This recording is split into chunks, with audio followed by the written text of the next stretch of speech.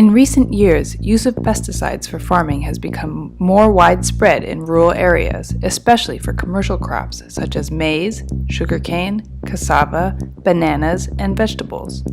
People believe that using pesticides can save on labor and increase yields. However, overuse of pesticides is having some unintended consequences. Farmers are experiencing health problems, natural resources like soil and water are being contaminated, ecosystems are being degraded.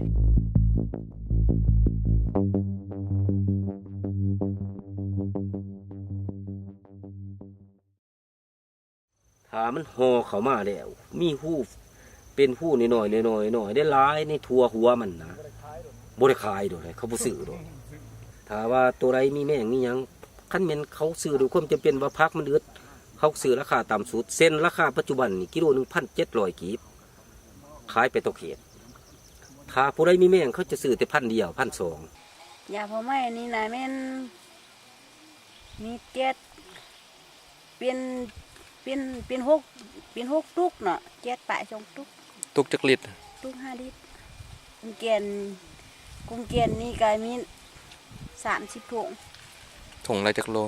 ถุงละโลมันบ่ร้อนนะค่ะไอ้หลายแล้วมันใบบ่ไหลบ่ทันน่ะมันดื้อเนี่ยมันดื้อดอกเขาอันฉีดยานั้นมันใบอันต้นมี2 เกต 3 เกตนี่เขาฉีดประมาณน้ำ2 3 มื้อนี่นั่นน่ะแล้วเขาใบนั้นต้องเป็น2 3 เดือนอย่างเดียวบ่ทันนะบ่ฉีดบ่ได้ว่ะบ่ฉีดถ้าได้บ่ร้อนถ้าบ่ได้ก็ล่ะมันหกหญ้าหกท่วมแล้วแม่นบ่ขึ้นเลยสลีเป็นหยังตะกี้บ่ใส่เดี๋ยวนี้จริงใส่ก็ว่าสิใส่หั่นไปเห็นสวนน้ำเขาพุ่นนะถนนมันงามแบบว่ามันสิ้นเปลืองมันก็บ่หลายแบบว่าเฮาตัดเนี่ยบ่พอเดือนมันก็ขึ้นหญ้ากระเพาะเฮาตัดหญ้านี่กระเพาะมันบ่อย่างงามมันพาให้ดินแหนมคันเฮาสิเสียจกเฮาก็สิ้นเปลืองมันบ่มีนี่แล้วเหมือนเฮาใส่ว่ายาฆ่าหญ้าเฮาฉีดมื้อนึง2 มื้ออีตานึงมันก็แล้วยาฆ่าหญ้าอีตานึงประมาณ3 ล้านคันว่าเฮาฉีดนี่เฮาใส่ประมาณยา2 ตุก100,000ก็300,000ปุ๋ยสอบนึงประมาณใส่ไร่ซะ600,000สิ้นเปลือง One of the key negative impacts of pesticide use is health problems in farming communities. Many farmers have already experienced acute health problems in the short term, as well as chronic conditions in the long term that are potentially fatal.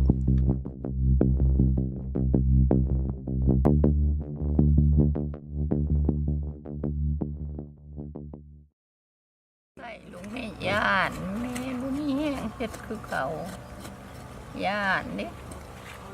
แม่ก็ไก่บ่ได้เว้าความจริงให้ฟังเขาฉีดอยู่ใกล้ๆคันลมพัดมาถึกแม่ก็เป็นวินโลดนะพุทธศิลป์วินโลดได้คันรู้สึกวินแล้วมื้อแรงมาน่ะเจ็บขิ้งได้เจ็บต้นเจ็บโตคือกระดูกสิคูนี่นะแม่ไก่บ่ได้จังว่าลูกเต้าฉีดผ่านย่างผ่านของเขายังบ่ได้ก็เป็นตาหนายตัวไปไกลนี่ว่าตัวจริงแท้ๆนี่แหละพ่อกับลูกไปฉีดยาขยามาพอเจียเตาฉีดมาหอดประตูหัวหน้าบ้านสิเมื่อยแล้วก็นั่งแล้วก็ตายเลยมาแต่ฉีดยาเขาให้ใส่ยาการพวกกันอันนี่นะยาตัวนี้มันก้นสิเมานี่บ่ฮู้สึกบ่ฮู้หยังเลยใส่ไปแล้วมีแต่เห็นตาละลายบัดเดียวแล้วเจ็บท้องบัดนึงน้องนะไอ้เจ็บท้องบัดนึงแล้วหากเลยเด้หากกับบ้านเลยแล้วเฮือนั้นจุนออกแต่ออกว่าจุนเสร็จบ่ทันซะนะคือเมียเฮาหั่นผู้ที่1นั่นเฮาอยู่บนหอมเด้ดอกเฮ็ดสวนยานี่ฉีดยาแต่เช้าฮอด 12 โมง10 ปลายบ้าง10 ปลายบ้างเช้านึงปลูกสวนยานี่3 บ่อนบ่อนละ 4-5 ไร่แต่มันฉีดนี่แต่เช้าฮอด 12 โมงฉีดได้แต่ค่อยไปฉีดนี่6 บังค่อยเป็นไข้เลยค่อยละฉีดบ่ได้นะบาดมันสะท้อนไปบนว่ามันไปสะท้อนถึงบีนะไปสะท้อนถึงบีทางบ้านเฮานี่ก็ได้เห็นมา3 คนคือว่าผ่านพ่อป้าผู้หนึ่งตายย้อนเป็นตับ ก็ไปกวดทุกหมอเขาว่าสาเหตุมาจากสารเคมีตกค้างผู้ที่สองนี่ก็พอวังนี่แหละผู้หนึ่งในบ้านเขาไก่เคียงกันพอวังนี่แล้วก็ตายไปได้2-3 เดือนนี่ก็ว่าเป็นน้ำเราฉีดยาหลายเพราะว่าเราก็เป็นอย่างซี่เราบ่รักษาตัวเองแน่มาแต่ฉีดยาแล้วก็ลืมเราเมาเพียงตายน้ำบ่อาบนอนเลยเป็นจังซั่นผู้มือเราก็บ่มาระวังตัวเองแน่มาแต่ฉีดยานี่บางเทื่อฉีดยาฮอดบ่ห่มฮอดเสื้อก็เป็นเหตุมาแต่ฉีดยาน้ำแล้วก็บ่อาบสบู่แล้วก็บ่สูสาหัวสาหางก็บ่สาเมาเราไปเรื่อยมามื้อแรกก็นอนเฉยมื้ออื่นยังบ่อาบอีกไปฉีดต่อ เป็นบวมทางหน้านี่ทางลมนี่ดีหมดเจ็บเอวเจ็บหลังกระดูกหลังนี่มาข้อนี่ เจ้าย้อนหยัง ย้อนยาฉีดยาคุมยาคุมมันแต่ตอนนั้นเงินแดดค้อนพดออกกับพักแต่มันหนักสภาพอ่อนเพลียมันซึมเขาเจ็บพอเดือนนี้ ซีดปี2005เดือน4ซีดมันต้องเข้าตาดีดาตาฟังมีหญ้าคิ้วอยู่นั่นน่ะไอ้ซีดมันเลยเสด็จเข้าตาทั้ง2เบื้องแล้วไปกวดอยู่อันน่ะมอไซค์ลูกเขาเลยว่าป้า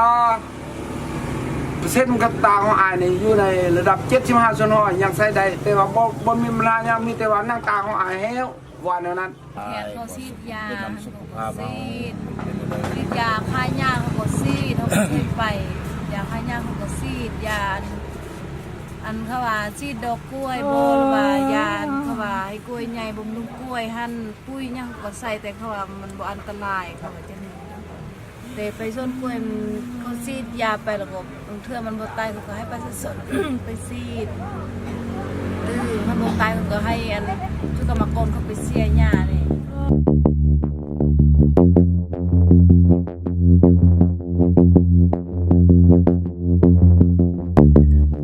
Because of these health problems, the economic gains of using pesticides should be weighed against external costs, especially to you and your community's health and well-being.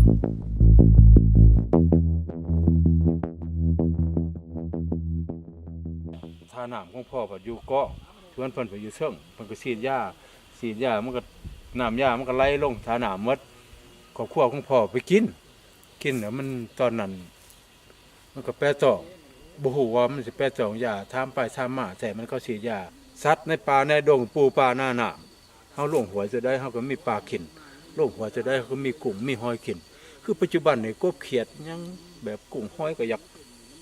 บ่คือเก่าแล้วแกอยู่หันก็สวนบริษัทตัวนั้นสวนบริษัทมันหันก็สวนบริษัทฉีดยาฉีดหญ้าฝนตกก็ไหลป่ามันก็ลุดพรตามเบิ่งนั่นน่ะ เพราะว่าปูปลาหน้ามันจะค่อยขึ้นแล้วเดี๋ยวนี้จี้แฮมหลายเดี๋ยวนี้มันค่อยอย่างนี้สัตว์ในดินเนาะเป็นต้นคืออึ่งเขียดเมื่อกี้อยู่บ้านนุ่งพุ่งนี่ตำอึ่งนี่จักรไรต้นหนึ่งปีหนึ่ง เป็นต้นคุณ แม่นพูดละ100 โล200 โลขายนะแต่ละปีเดี๋ยวนี้จะข้าวอ้อยมานี่ถามว่ามีบ่มีอยู่ครับบ่หลายไปหานี่คืนนึงได้ของหนึ่งสองของบ่เท่านั้นสูงสุดที่จี้เป็นกับ2 กระเป๋า3 กระเป๋าเนาะ4เป๋าปุ๋ยนี่ถ้าเต็มเลยเอาเดียวเลยเอามาย้อนสารเคมีและน้ำข้นเลยเป็นฟอดเลยนะลายปลาเน่าก็ตายปลาน้อยตายฮอดปลาเอี้ยนนะปลาเอี้ยนมันลดอยู่ในดินเพิ่นอย่างตายความเก่ง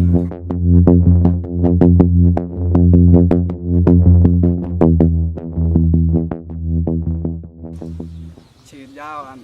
พอปะเคปะกะอัพปะกะพดปะกะพีทายามันอ่อนละ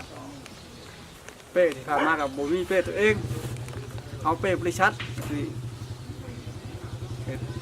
เห็ดแล้วจะเห็ดแล้วก็ชงเพื่อนขึ้นต่อมาก็ชื่อเอาเป็นของตัวเองเห็ดเองเห็ดแบบนี้ผมใช้กันเป็นหลายผมต้นมีชนน้อยเห็ดเป็นลายดึงชาบที่5,000แล้วก็เลืออยู่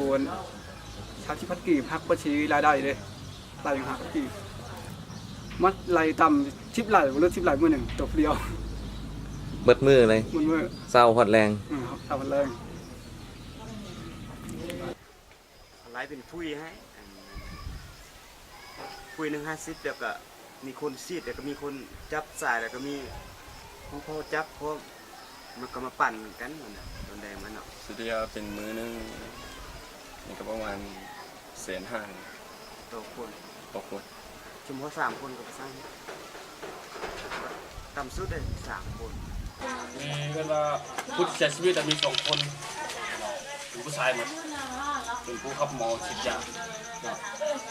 ในปี2012นั่น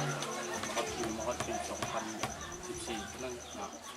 อยู่แล้วก็ซีฟูไปซีดแบบกล้วยนี่2คนผู้นึงดึงซ้ายผู้นึงซีด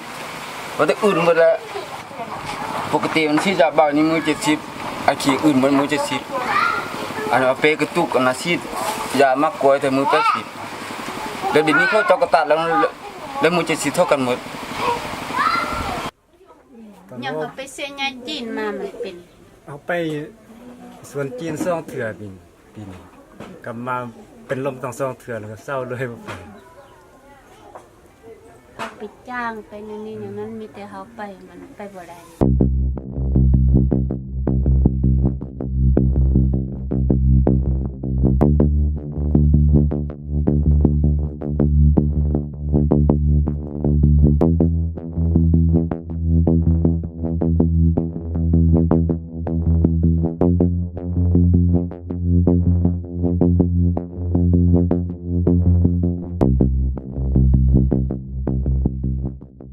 คุ้มบ่กายขึ้นมาเฮ็ดเวียกอันนี้คุ้มกับเงินบ่ โอ้ขึ้นไปขึ้นมาหันก็ว่าเฮ็ดอยู่บ้านก็ว่าเฮ็ดจังซี่นี่เฮ็ดอยู่บ้านนี่มันก็พอกินพอใช้แล้วก็ว่ามาเฮ็ดเวียกนำจินนี่ก็ว่าไปเฮ็ดอยู่บ้านบ่ได้ทึกยาบ่ได้ทึกเมียงก็ว่าเฮ็ดจังซี่นี่เฮ็ดอยู่บ้านก็พอกมกินแล้ว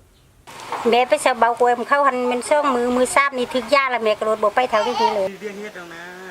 คันมีแนวเฮ็ดแนวเปลี่ยนแต่ก็อยากยอมละเอาชีวิตเรียกเนาะความรู้ก็บ่มีด้วยอันนี้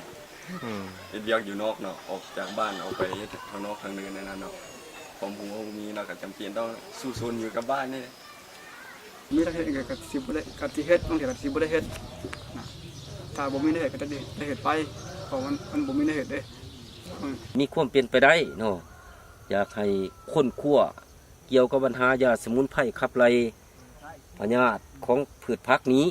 และกับยาปราบหญ้าที่เป็นชีวภาพชาวสวนเฮามีความต้องการสูง บ่มีลำวันนี้ก็มาเฮ็ดแนวอื่นเนี่ยบ่มีพวกค้ามาของครับมาซื้อเนาะตัวนี้เนาะอาจจะว่าอยากคันเปลี่ยนมาโอ้คันโปรเกรมได้อยากเป็นคนคืนนำกันถึงจังเล็กจังน้อยแล้วก็พวกนี้แล้วก็ลงทุนเนาะเวลามาเก็บมาเลี้ยงสัตว์เลี้ยงสิ่งนี่นะอยากเปลี่ยนแนวเฮ็ดเบิ่งบางเทื่อก็ที่ลูกคนตรงนึงบุเป็นชุมชนเฮ็ดเป็นขบวนเนาะเป็นกลุ่ม จังซั่นยังอยากฝากให้ชาวสวนเพราะว่าเฮาเฮ็ดหาเงินเพื่อหยังเพื่อบำรุงสุขภาพเพื่อรักษาทรัพย์สินสมบัติของเฮาแล้วเฮาไปใส่เคมีนะสิ่งที่ฆ่าศัตรูก็คือฆ่าเฮาฆ่าหมู่คือฆ่าเฮาเนาะอันนั้นจังซั่นแล้วว่าเฮ็ดให้สุขภาพของเฮาอ่อนเพลียแล้วก็แทนที่จะหังมีร่ำรวยสุดท้ายก็แม่นว่าไปเข้าหมออันนี้เฮ็ดให้เฮาทุกข์หายากเนาะแล้วก็สุขภาพบ่ดีจังซั่นแล้วเขาฝากทั้งชาวเกษตรกรเนาะอยู่บนว่ายาวยามาขายแม่ธรณีเนาะเฮ็ดเกษตรอินทรีย์เป็นผลดีแก่ผู้ผลิตปลอดสารพิษแก่ผู้บริโภคโลกและสิ่งแวดล้อมดีแท้แน่นอนชาวเกษตรกรรวยแน่สุขภาพดีถ้าบ่ขี้ขาดขอขอบใจ Most farmers know that the use of pesticides can harm their health and the environment, but they continue to use them because of economic pressure and a lack of profitable alternatives. Smallholder farmers can greatly reduce pest problems if they avoid monocropping in large areas and try to diversify their farming systems. Organic agriculture is also recommended.